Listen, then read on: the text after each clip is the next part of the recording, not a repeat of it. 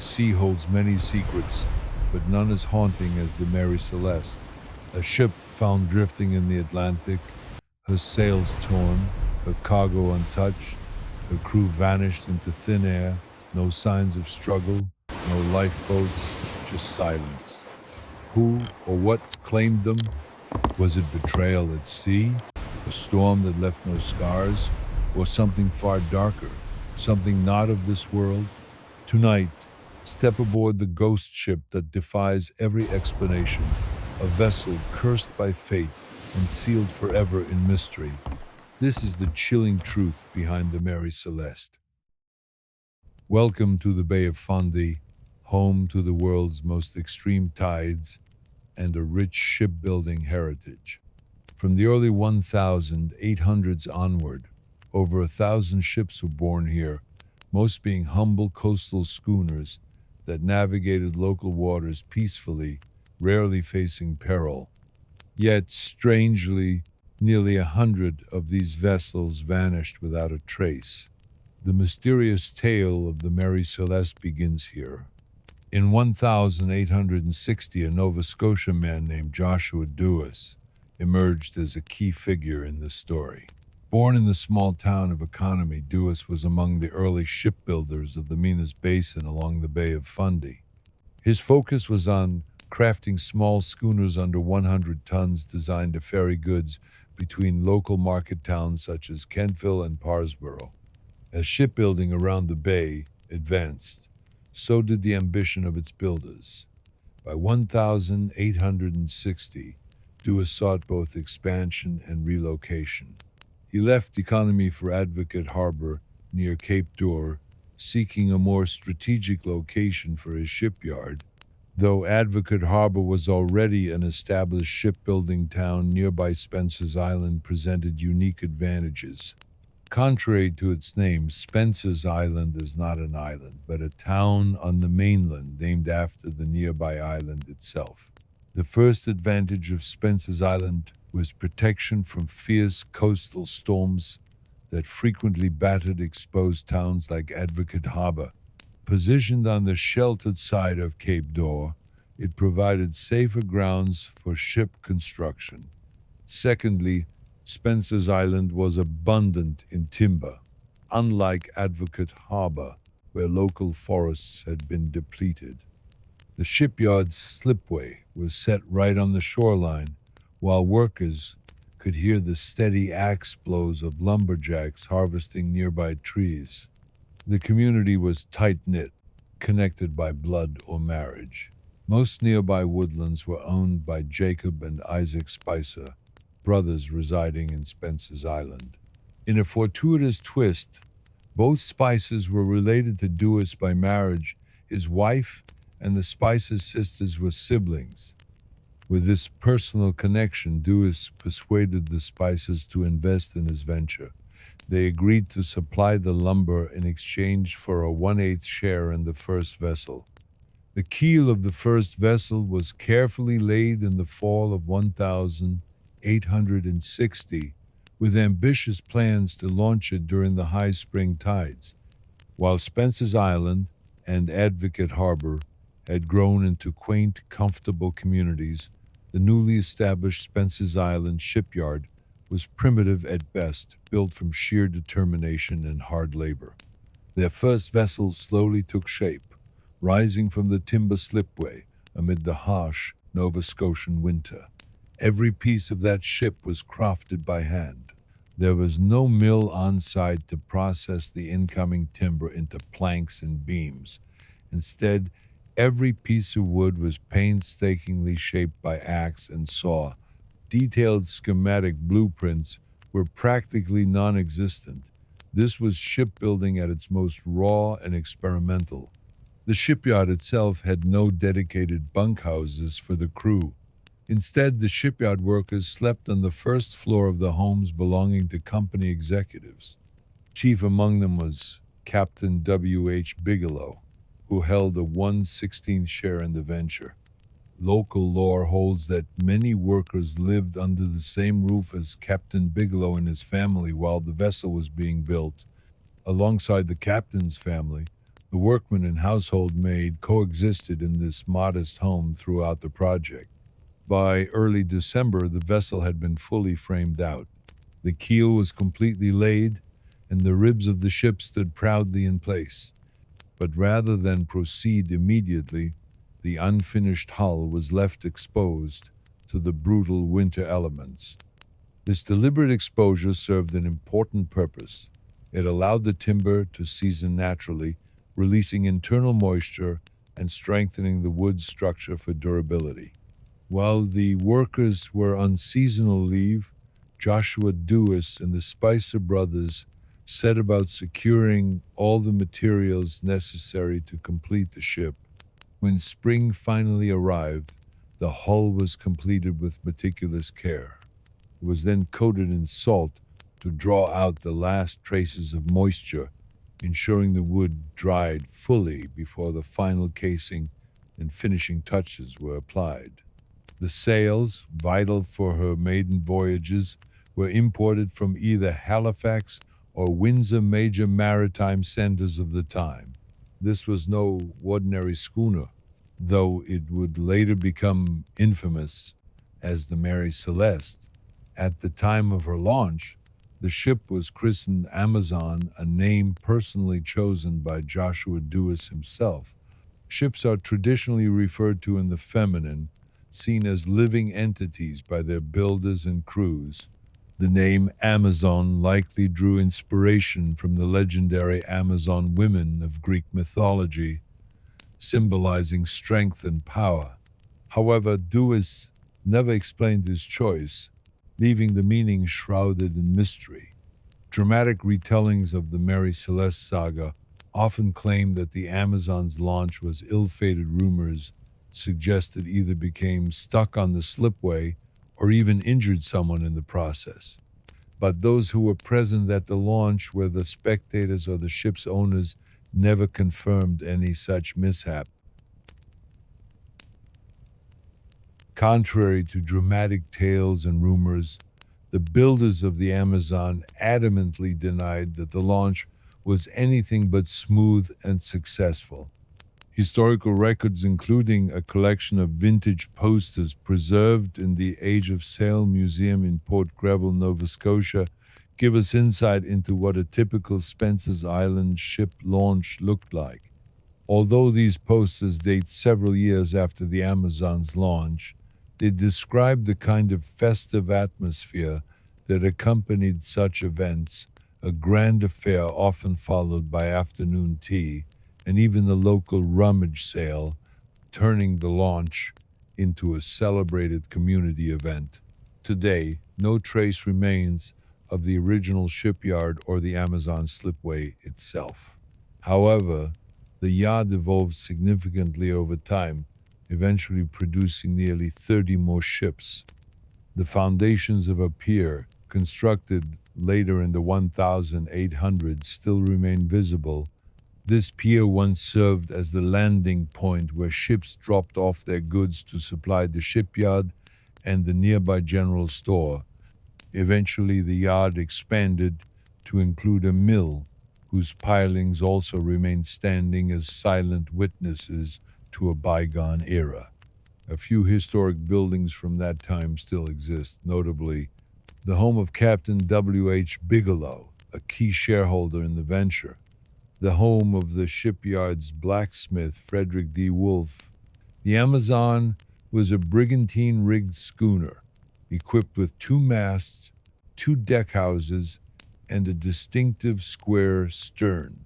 She measured 99 feet in length and 25.5 feet in breadth, boasting a gross tonnage of 198.5 tons, one of the larger vessels operating in the Bay of Fundy at that time. Her construction, while solid, was not particularly revolutionary. On her stern, the name Amazon was painted proudly, along with her first port of registration, Parsboro, Nova Scotia. Though the Amazon was to be the cornerstone of a promising shipbuilding industry in Spencer's Island, her launch marked the beginning of a particularly odd and unlucky career. Her first captain, was Robert McClellan, a recently married man eager to prove himself.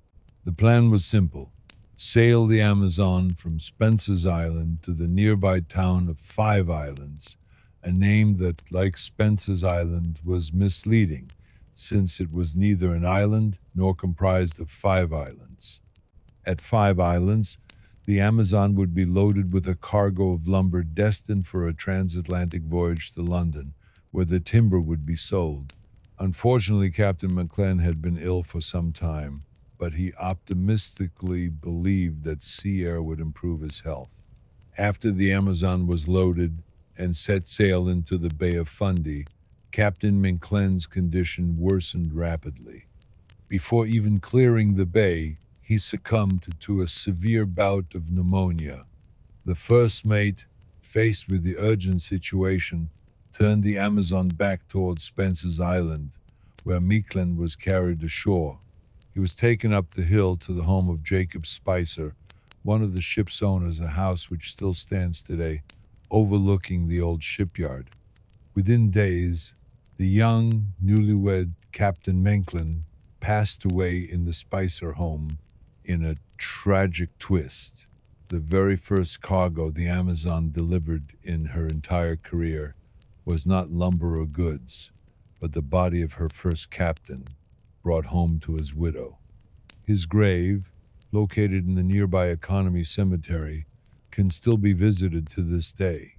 After the tragic episode, a new captain, Jack Parker, assumed command of the Amazon. Parker successfully took the ship to London as originally intended, though not without further challenges. Before crossing the Atlantic, the Amazon made a stop at Eastport, Maine, situated at the mouth of the Bay of Fundy. Here, she became entangled in fishing wires and was forced to anchor for several days to undergo repairs. Once fixed, the Amazon embarked on what seemed to be an uneventful transatlantic crossing to London. Upon arrival, the cargo of lumber was unloaded, and a new shipment was prepared, this time destined for Portugal. The Amazon sailed down the River Thames, passing into the Strait of Dover, where she collided with the British brigantine. The brig began to sink rapidly, and its crew abandoned ship. After carefully assessing the situation, Captain Parker ensured that the Amazon remained seaworthy, allowing the brig's crew to climb aboard safely. All members of the brig's crew survived the ordeal and were later dropped off by the Amazon in the town of Dover, where the Amazon underwent further repairs. Once repaired, the Amazon continued her journey, delivering the lumber to Lisbon, Portugal, and shortly afterward setting sail for Marseille in November of 1861. Interestingly, the earliest known image of the Amazon comes from a painting believed to be created by a local maritime artist named Honoré Dine. This artwork was painted during the Amazon's stay in Marseille, and for years the ship carried on a relatively uneventful career, plodding across the Atlantic and the Mediterranean, importing and exporting goods from the West Indies, and routinely returning to Nova Scotia. During this period, the Amazon came under the command of Captain William, who continued to sail her across established trade routes. In the fall of 1867, the Amazon picked up a cargo of corn from Baltimore, Maryland, destined for Halifax, Nova Scotia. She docked somewhere along the bustling Halifax waterfront, a strategic hub of Atlantic trade during that era. At this time, Captain Thompson was in command of the Amazon, but his tenure was far from smooth. The ship's owners, based in Spencer's Island, had grown increasingly dissatisfied with his performance. While the Amazon remained docked in Halifax, they sent a formal notice to Captain Thompson, instructing him to hold the ship in place, as they were dispatching a replacement captain to relieve him of command. It was now November, a perilous time for sailing in Nova Scotia's northern waters, especially near Cape Breton. The region is infamous for brutal winter storms that sweep in from the Atlantic. So treacherous were the conditions that the Amazon's insurance policy explicitly prohibited the vessel from sailing around Cape Breton after November honest, stating it was simply too dangerous for a ship of her build. Yet, instead of complying with orders, Captain Thompson acted with questionable intent. Upon receiving notice of his impending relief, he did something unexpected. He promptly discharged George Spicer, one of the ship's crewmen and a son of one of the investors, and forced him ashore in Halifax. Then, disregarding all warnings and regulations, Captain Thompson sailed the Amazon now without cargo up to Cape Breton. He anchored near Big Glass Bay, allegedly waiting for a coal shipment to arrive. As expected, a fierce winter gale swept through the region. The Amazon, vulnerable and exposed, was driven ashore, stranded upon the beach. Captain Thompson quickly reported back to the owners in Spencer's Island that the vessel was severely crippled and would require extensive and costly repairs to refloat. However, the ship's insurance company refused to cover the damages. Why? Because the policy clearly stipulated that sailing around Cape Breton after November honest was prohibited. Left with no option, the desperate owners were forced to abandon the Amazon. What followed next was suspiciously rapid. Within 1 week, the Amazon was claimed by a new owner, Alexander McBean, who registered the ship in Sydney, Nova Scotia. This transaction immediately raised red flags. At the time, Nova Scotia law required that any ship re-registered to a new port had to be in seaworthy condition. Yet the official report declared the ship crippled beyond repair. Not only was the Amazon registered in Sydney, but she was also purchased anew and re-registered in record time. This suggests that, contrary to Captain Thompson's report, the ship was in far better shape than he admitted. It appears that Thompson orchestrated an underhanded scheme, selling the vessel to McBean for his own benefit, thereby scamming the original owners out of their breadwinning ship. The community of Spencer's Island, already struggling, was dealt a harsh blow. From that point forward, locals bitterly referred to the Amazon as the ship that forced them to eat with tin spoons, a grim testament to the financial hardship brought upon them by the betrayal.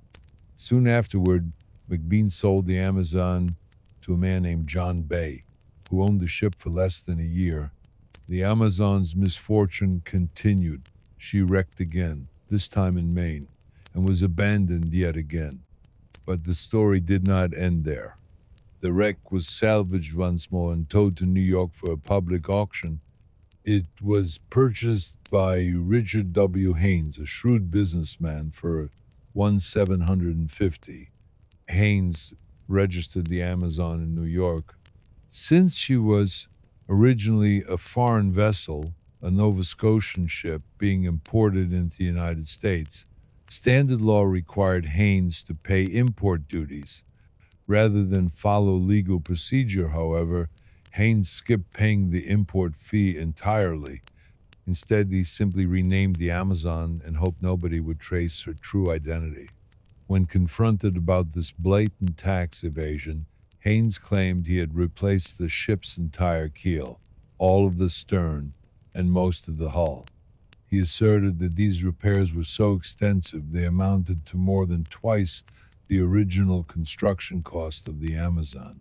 Thus, in Haynes's eyes, the vessel was practically a brand new ship. Whether this justification was true or simply an elaborate cover-up remains a matter of historical debate. Regardless, the Amazon had now acquired a new identity, carrying her troubled legacy into yet another phase of her life, one shrouded in mystery, deception, and misfortune, where the Richard W. Haynes actually spent thousands of dollars rebuilding the Amazon or merely fabricated the story, has long been a subject of heated debate among maritime historians. Personally, I believe he didn't. This whole narrative smells of a cover up, but we'll dive deeper into that theory later. What is certain is that Haynes rechristened the Amazon with a new name, Mary Celeste. The reason for this choice remains uncertain, though many speculate it meant Heavenly Mary or Mary of Heaven, a hopeful name, perhaps, for a troubled vessel. Haynes himself captained the ship under this new identity, but luck did not favor him. Instead of success, he sank deeper into financial trouble as the Mary Celeste accumulated debt. Within only 10 months of his initial purchase, the vessel was seized and put up for a sheriff's sale. Enter James Winchester, a former sea captain who purchased the Mary Celeste. Oddly enough, Winchester's personal history seemed eerily aligned with that of the vessel itself.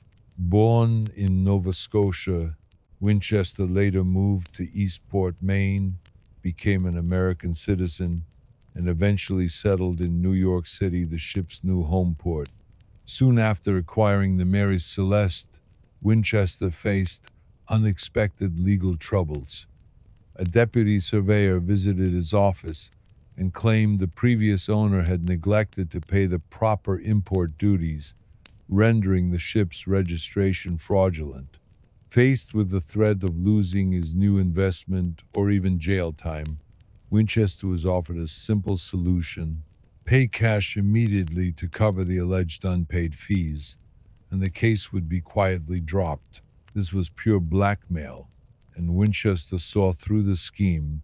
Rather than bow to pressure, he took the matter to court and won decisively. But his troubles did not end there.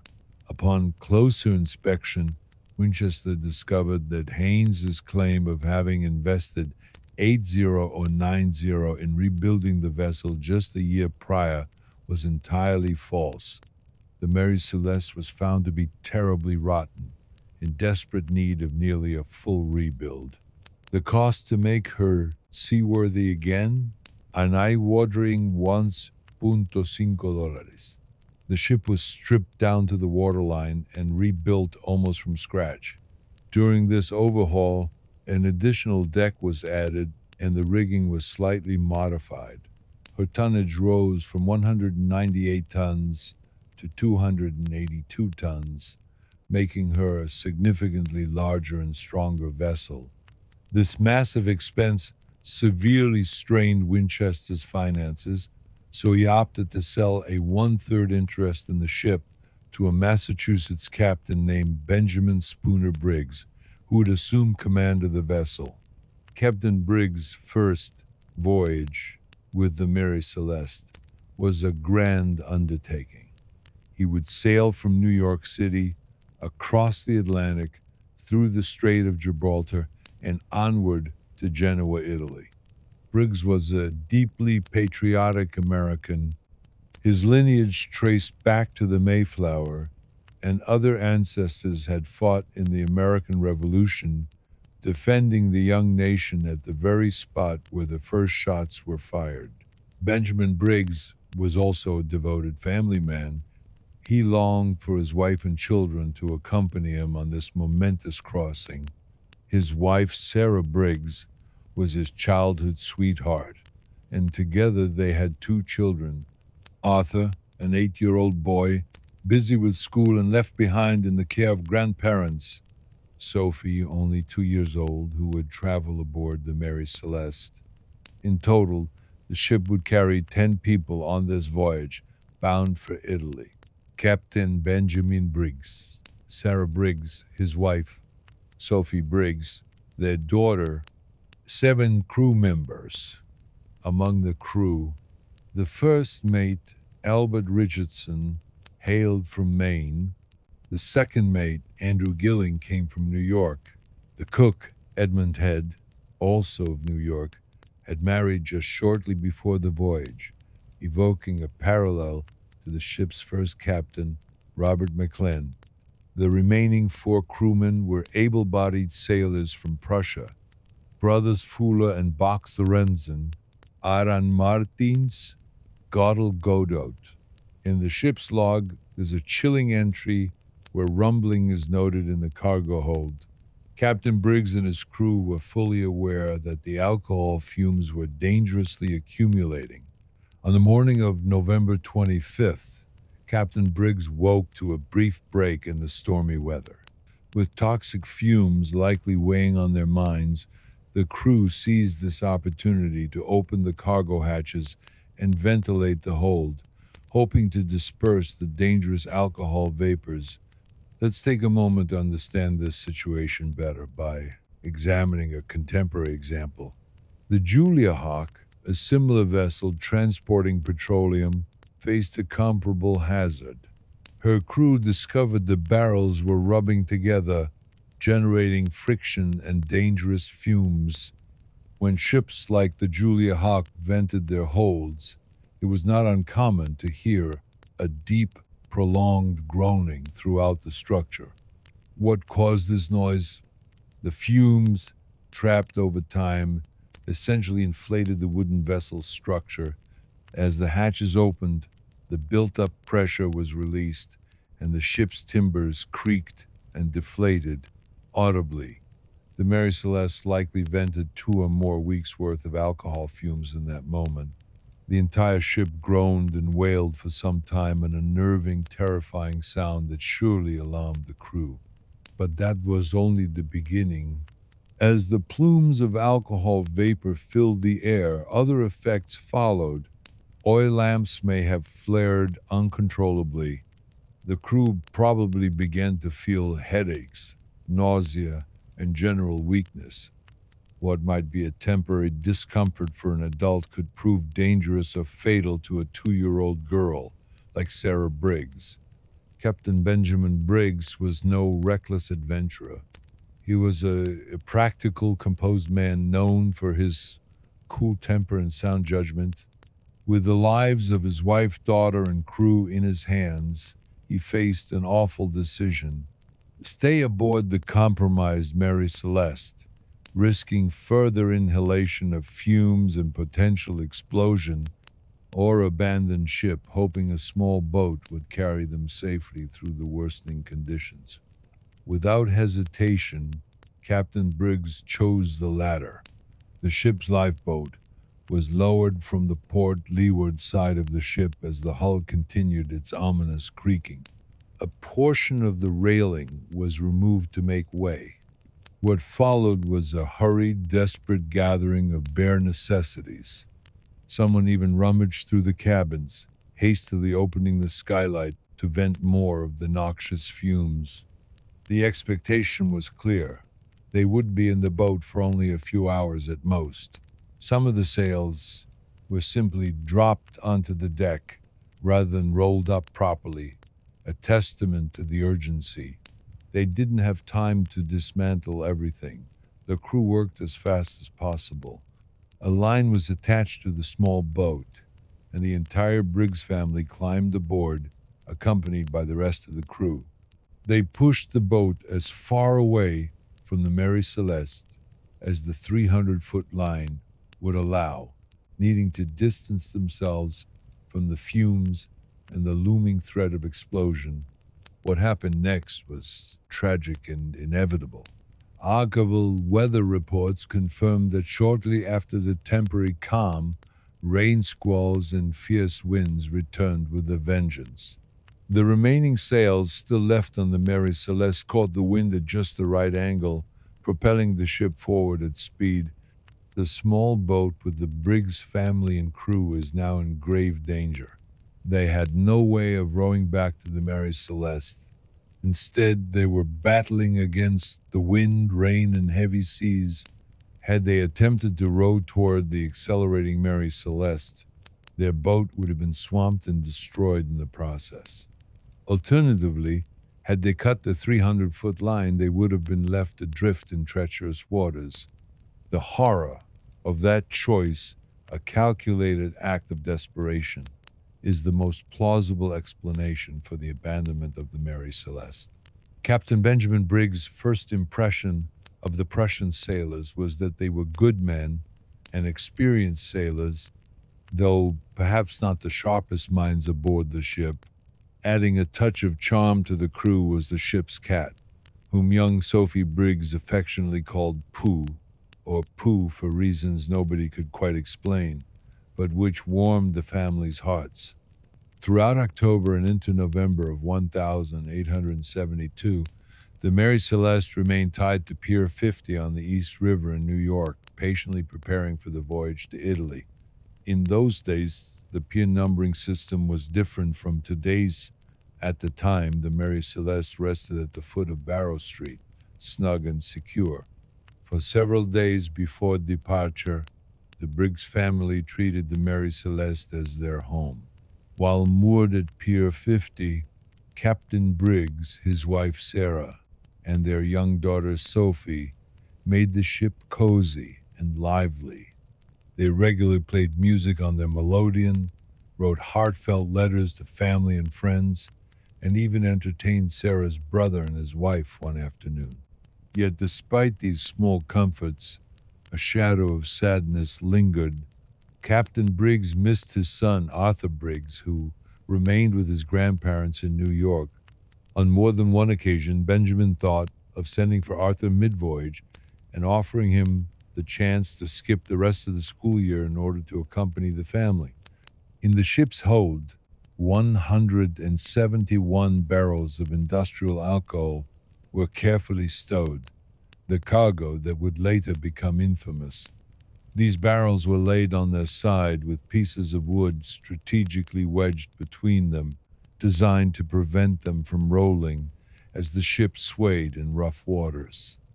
Transporting alcohol was notoriously dangerous without proper ventilation. Fumes could accumulate, risking explosion or fire.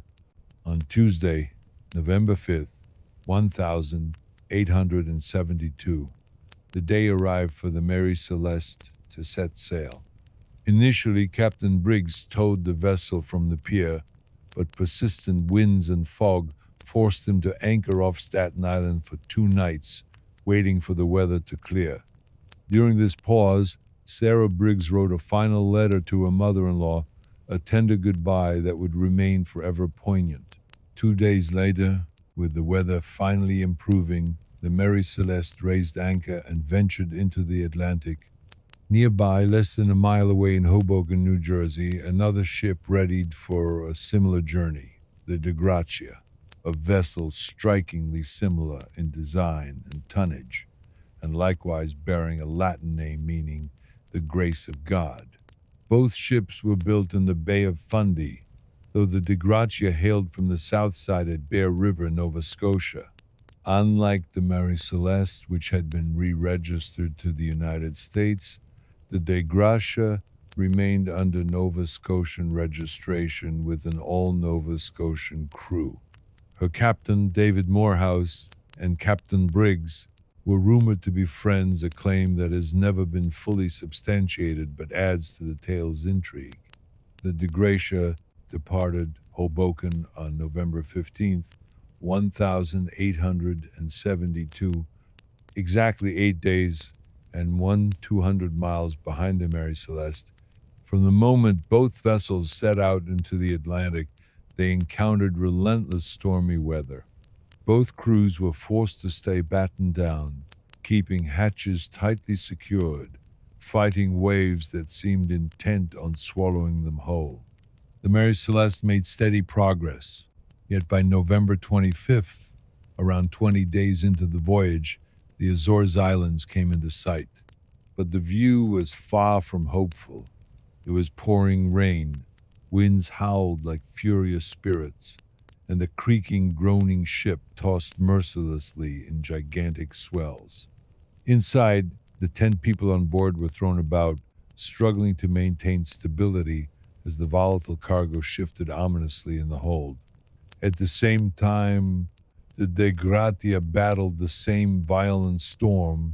She reached the Azores at the beginning of December, weathered but intact. Meanwhile, the Mary Celeste pressed onward, unaware that fate had already begun to turn its grim gaze.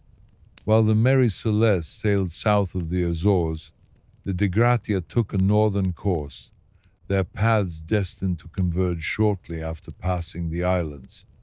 On the afternoon of December 5th, 1872, Captain Morehouse of the De Gratia suddenly spotted sails approximately 5 miles off the port bow, slowly approaching them through the heavy haze and rain. Peering carefully through his glass, Captain Morehouse noticed something deeply unsettling. There was no one visible on the deck, and more strikingly, no one at the helm. The sails appeared unkempt and ragged, with the vessel itself drifting aimlessly and erratically in the choppy waters. Captain Morehouse's instincts told him something was terribly wrong.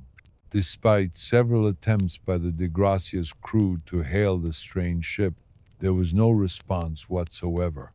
Finally, the situation became too suspicious to ignore, and Captain Morehouse ordered his first mate, Oliver DeVoe, and second mate, John Wright, accompanied by Seaman John Johnson, to take one of De Gratia's rowboats and cautiously approach the drifting ship for investigation. As they drew nearer, the tension grew thicker. The De Gratia's sailors rowed carefully, every splash echoing like a drumbeat of uncertainty. When they came close enough, Johnson remained in the rowboat, while the two mates boarded the eerie vessel. What they found was far from any sensational tale. Contrary to popular fiction, which suggests the Mary Celeste continued on its course perfectly unmanned, with the logbook up to date and hot food still on the dining table, none of that was true. To understand the mystery, we must focus strictly on the simple, verified facts as originally reported by the crew of the De Gratia before the story became sensationalized. First, Mate DeVoe noted the sails were tattered, hanging in disarray, some of them clearly hastily taken down.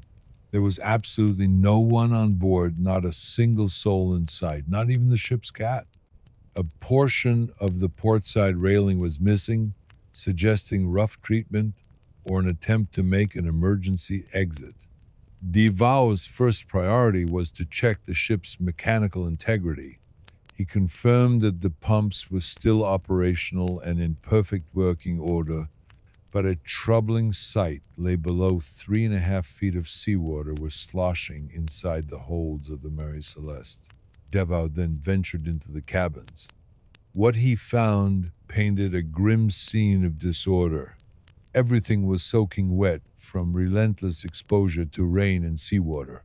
Many of the windows in the deckhouses were boarded up or covered with canvas, clear evidence that the crew had attempted to batten down for shelter during the storms. However, paradoxically, the cabin skylight was propped open, allowing rain to pour directly inside and soak every surface. The most poignant detail, the beds in the captain's quarters and family's cabin, showed signs of having been slept in, indicating that the Briggs family had occupied the ship until not long before she was found. The mystery deepened with every observation. What had forced the crew and family to abandon the vessel in such haste, leaving behind their personal belongings, food, and even their beloved cat? This moment marked the beginning of one of the greatest maritime enigmas in history. The impression of the young 2-year-old Sophie Briggs was still plainly visible on the bed, chilling evidence that the family had departed the Mary Celeste very early in the morning, likely shortly after waking up. This fact is profoundly significant because there was no reason for the beds to have remained untouched otherwise, especially Sarah Briggs, a devoted mother who surely wouldn't have left the beds unmade for long. Nearly all of the personal belongings of Captain Briggs, his family, and the crew had been left behind, as if they had been in such a hurry to abandon ship that they had no time to take anything. Interestingly, the belongings of the Lorenzen brothers were absent, but that was not suspicious. They had lost all their possessions earlier that year in a separate shipwreck and boarded the Mary Celeste without any personal effects. What stood out even more was that the Mary Celeste still carried ample food and fresh water, enough to last the remaining voyage and then some. In fact, apart from consumables used during the first few weeks of the journey, nothing substantial appeared to have been taken. Regarding the ship's documentation, the official logbook was filled in regularly up until November 24th, a full 10 days before the ship's mysterious discovery. The log slate, a temporary chalkboard for daily notes meant to be transcribed, later contained a partial entry for November 25th before it was abruptly abandoned. Captain Morehouse and his crew aboard the De Gratia debated their next steps. Surprisingly, they were less concerned with the fate of the missing crew than with the salvage reward they would receive for recovering the Mary Celeste. This fact alone suggests that Captain Morehouse and Captain Briggs were likely not close friends, as some rumors had claimed. Though towing the vessel to port was impossible, First Mate Devo was confident the Mary Celeste was in near perfect condition and could sail under its own power. Captain Morehouse agreed and left the Mary Celeste under Devo's command, giving him 2 men, navigational tools, and whatever provisions could be spared. Within just a few hours, Devo and his men had the Mary Celeste back in functional order. By evening, the De Gracia continued on toward Gibraltar, while the Mary Celeste was underway as well, having been pumped out, repaired, and outfitted with replacement sails. Devo, now captain of what the world would later call the Ghost Ship, continued keeping the ship's log, but in the process inadvertently erased Captain Briggs' handwritten notes from November 25th, forever lost to history. Another storm arose, forcing the Celeste to delay for an extra day, but eventually it entered the Strait of Gibraltar only 1 day after the De Gratia. It was an extraordinary feat for a small crew of 3 men to repair a derelict ship at sea and sail it over 600 miles through stormy waters, no less bringing her and her cargo safely to port in just 1 day, was nothing short of remarkable. Upon arrival, the Mary Celeste was promptly seized, pending a full investigation into the disappearance of Captain Briggs, his family, and the crew. The crew of the De Gratia testified for their salvage rights, and, like millions of observers over the next 150 years, the investigators were utterly baffled. How could a ship in such near-perfect condition be abandoned mid-ocean without any signs of struggle, explosion, or impending peril? Investigators meticulously searched the Mary Celeste from top to bottom. One curious finding was a sword found under Captain Briggs's bed, rumored to have bloodstains on it, fueling many wild theories. But chemical tests told a more mundane story. No trace of blood was detected anywhere on the sword or the ship's deck. The sword was simply old and rusty, and so, over the decades, countless theories have emerged to explain why a perfectly seaworthy vessel was abandoned so mysteriously. The crew of the Mary Celeste was never seen again, sparking decades of speculation and wild theories. One of the most persistent theories, even brought up during the investigation, was murder. Did the owner, Captain Winchester, hire the crew to murder Captain Briggs and his family for the insurance money? The facts don't support this theory. There were absolutely no signs of struggle anywhere on board. More significantly, the personal belongings of both the crew and the family were left behind, which makes little sense if foul play for profit was involved. Another theory suggested that the crew of the De Gratia sailed ahead to the Azores, waited there for the Mary Celeste, then captured her, murdered the crew, and brought her in for the salvage reward. But this too is implausible. Again, no signs of struggle were evident. The De Gratia was a slower vessel. There was no realistic way it could have overtaken the Mary Celeste under normal sailing conditions to execute such a scheme. An even more outlandish variant of this theory claimed that the Briggs family themselves were in on the disappearance, orchestrating their own vanishing act and fabricating the story that the ship had been abandoned. Yet this makes no sense either. They would not have left their 8-year-old son behind unless they disliked him immensely. What about pirates? No signs of struggle. No cargo had been plundered. Proponents of violent theories often pointed to the rusty sword found under the captain's bed, but chemical tests proved there was no blood on it whatsoever. Over the years, more bizarre theories emerged. Underwater earthquakes or waterspouts suddenly striking the ship, forcing the crew to abandon it in panic. But these are highly unlikely. Such phenomena would either have completely destroyed the ship in an instant or passed swiftly, leaving the crew with time to assess and recover rather than fleeing in terror. In 1884, an anonymous author published a story claiming the Mary Celeste was carrying passengers, one of whom went mad and slaughtered almost everyone aboard. The ship was misspelled as the Marie Celeste, a mistake that perpetuates to this day.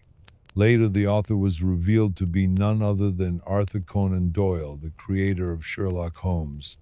His work was purely fictional, intended as entertainment, though it reignited public fascination in the mystery. Other equally absurd ideas involve sea monsters, aliens, or Atlantis conspiracies. I won't waste time on those, they're mostly for laughs. So let's turn toward what I believe is the most plausible scenario based on the facts we know. On November 7th, the Mary Celeste departed Pier 50, New York, loaded with 171 barrels of industrial alcohol in its hold. The voyage began on a relatively cool stretch of late fall, but the Atlantic quickly turned treacherous. Storms tossed the ship and its volatile cargo violent. Here's the key detail. The storm caused the casks of alcohol to shift and leak, releasing fumes. At the same time, atmospheric pressure changes exacerbated the problem. As the Mary Celeste entered the Gulf Stream, warming temperatures increased the release of fumes, either escaping through cracks in the barrels or seeping through the wooden structure. It was common practice in good weather to ventilate the cargo hold by opening the hatches. However, during the initial storm, the crew, like those on the De Gratia, were forced to keep the cargo hatches sealed to prevent further water intrusion. There are several entries in the Celeste log that hint at this predicament, but more on that next. In the ship's log, there's a chilling entry where rumbling is noted in the cargo hold. Captain Briggs and his crew were fully aware that the alcohol fumes were dangerously accumulating. On the morning of November 25th, Captain Briggs woke to a brief break in the stormy weather. With toxic fumes likely weighing on their minds, the crew seized this opportunity to open the cargo hatches and ventilate the hold, hoping to disperse the dangerous alcohol vapors.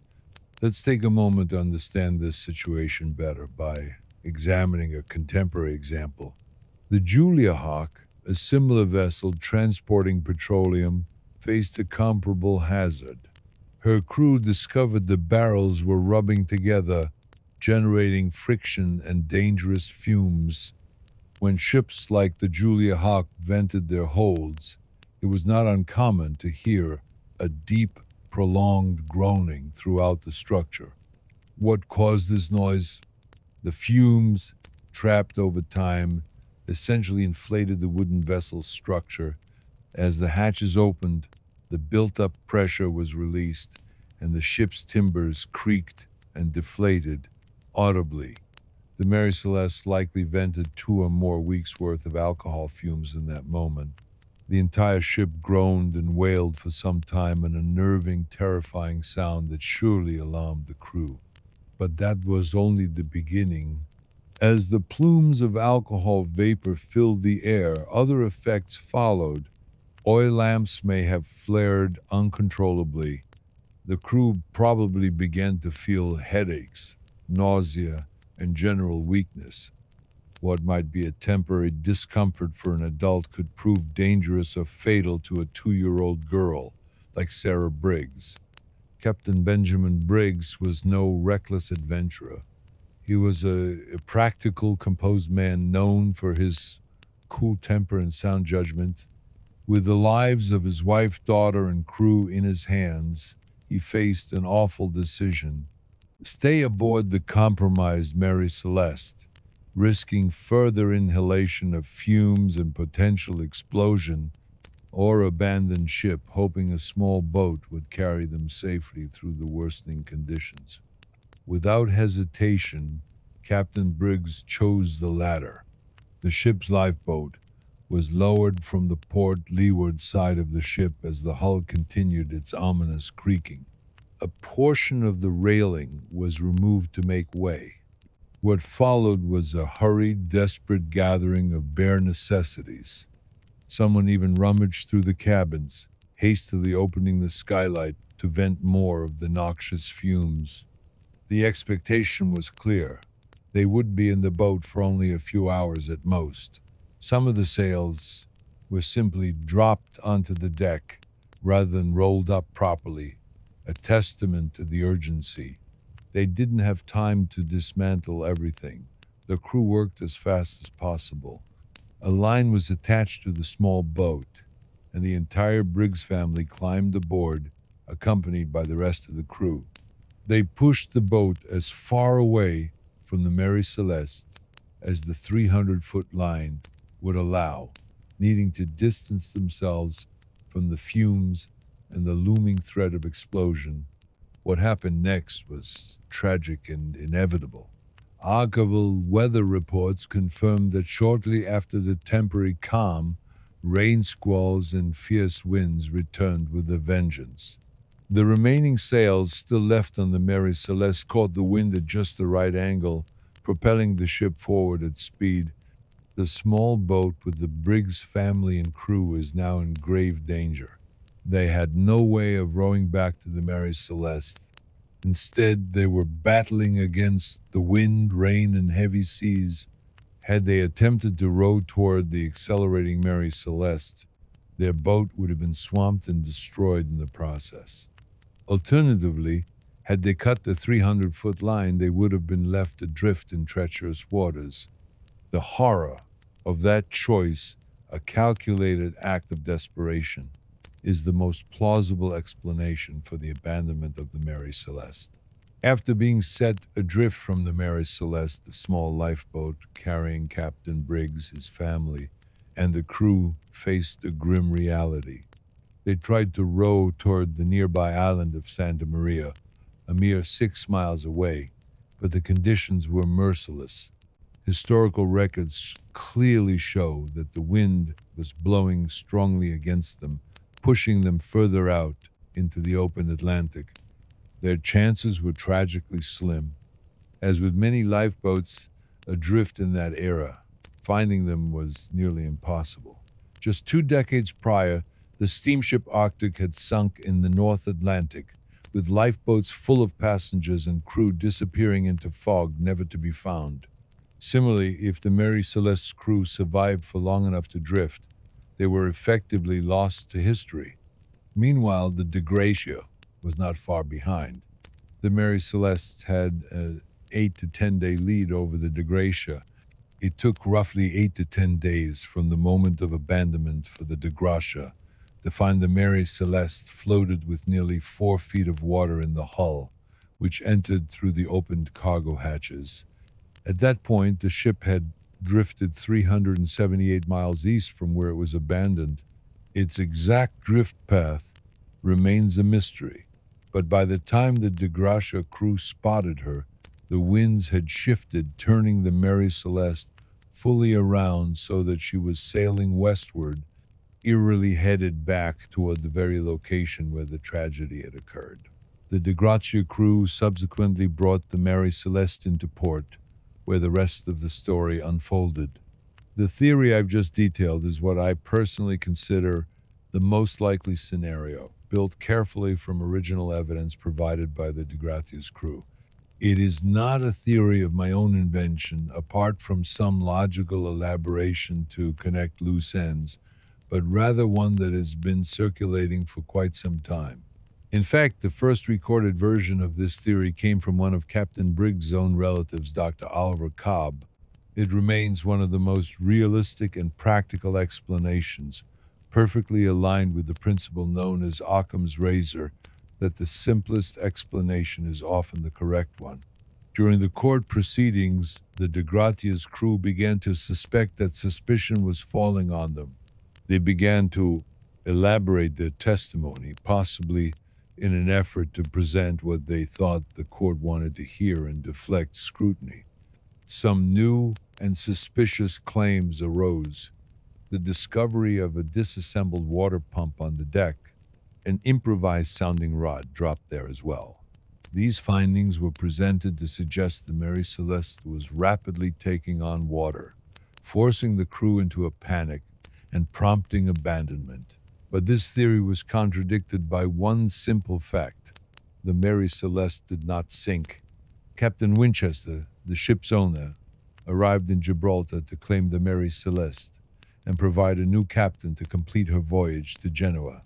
He was handed a bill covering every conceivable expense: investigation fees, holding costs, salvage fares.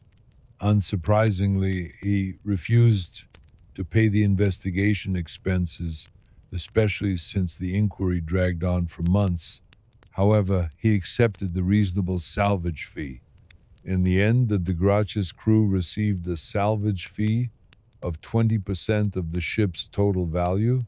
The cargo was confirmed to be in good condition, aside from some minor leakage. Following the court's ruling, the Mary Celeste was delivered to Italy under a new captain. But by then, her story was already fading from public attention.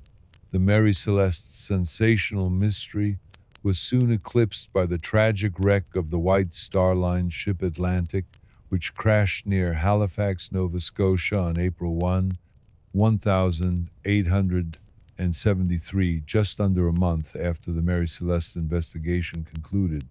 When the Mary Celeste returned to New York in September 1873, Captain Winchester desperately tried to sell the ship. However, its increasingly infamous reputation, widely publicized by the press, rendered it unsellable. Eventually, the vessel was sold at a loss to a firm called Cartwright and Harrison. With them, the Mary Celeste sailed for another 5 years, mostly around the West Indies.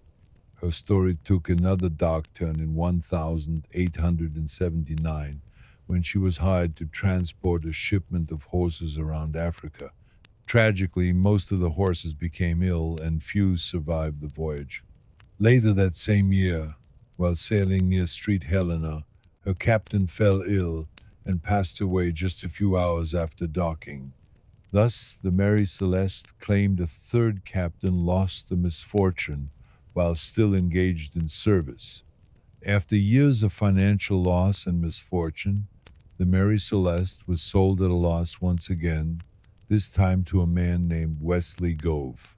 By 1884, after suffering continued losses, the captain and the owner devised a deceptive insurance scheme.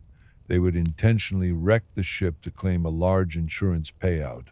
The captain of this ill-fated final voyage was a man named Captain Parker, ironically, a different Captain Parker than the one who commanded the Mary Celeste on her maiden voyage.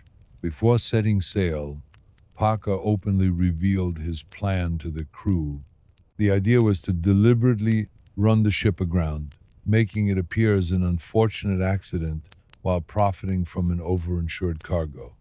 While most of the crew were not privy to the full extent of the scheme, they seemed to have accepted the plan largely under the belief that the Mary Celeste was a cursed, evil vessel that needed to be destroyed. The plan was simple but dangerous: to crash the ship against the rocky cliffs of Turk's Island. However, the first mate strongly objected, arguing that such cliffs spelled certain death.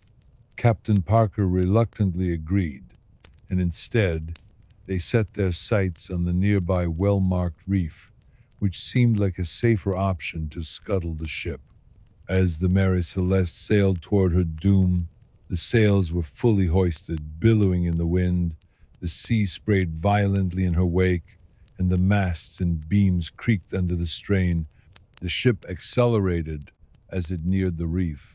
The crew braced themselves, gripping tightly as the vessel ground itself onto the jagged reef. After the ship ran aground, Captain Parker allowed the crew to take whatever they wanted of the ship's alcohol cargo before abandoning the Mary Celeste. But in a fatal oversight, Parker left behind the ship's logbook with entries dating all the way back to Captain Briggs's time. As the Mary Celeste crumbled into the sea, the log was lost forever. Interestingly, all the known information from the log, including details referenced in transcripts of the 1873 Mary Celeste inquiry, comes from those preserved records. With the vessel destroyed, Parker proceeded to sell the salvage rights for $500 and then filed fraudulent insurance claims for the total loss of the ship and her cargo. However, the insurance company saw right through the scheme. They dispatched an investigator who discovered that the so-called valuable cargo was, in fact, nothing more than rotten fish, rancid ale, and worthless junk. As a result, the owner, Captain Parker, and the first mate were brought to court. They were ultimately forced to return the insurance money in order to avoid jail time and, crucially, avoid charges of intentionally wrecking their own ship, which at the time carried the death penalty. Yet, that bargain may have been far from wise.